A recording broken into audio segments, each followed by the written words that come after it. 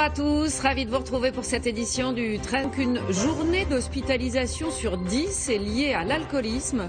Le nombre de patients concernés a bondi de 16,5% depuis 2006.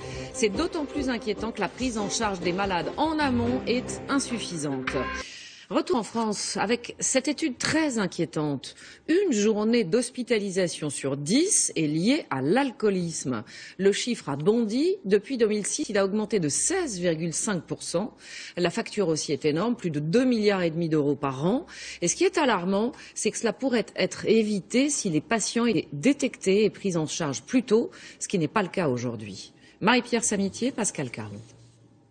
Ce patient est là depuis 17 jours et c'est son premier séjour à l'hôpital. Il boit depuis plus de 12 ans.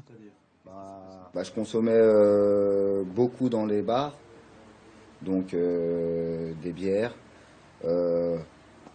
les bouteilles de rhum, quand je revenais de Guadeloupe, je ramenais des cubis.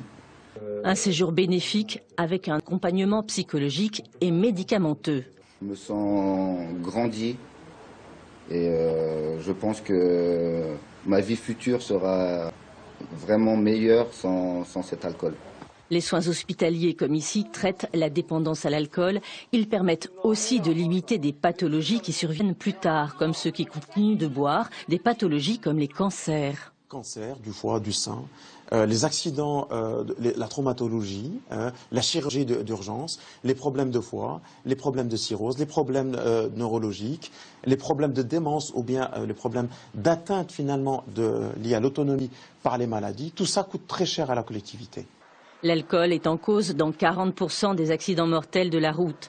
En 2012, l'alcool a représenté 10,4% des journées d'hospitalisation. Cela représente 2,64 milliards d'euros. Et la situation s'aggrave. Entre 2006 et 2012, le nombre de patients a augmenté de 16,5%. L'alcoolisme est l'une des principales causes d'hospitalisation.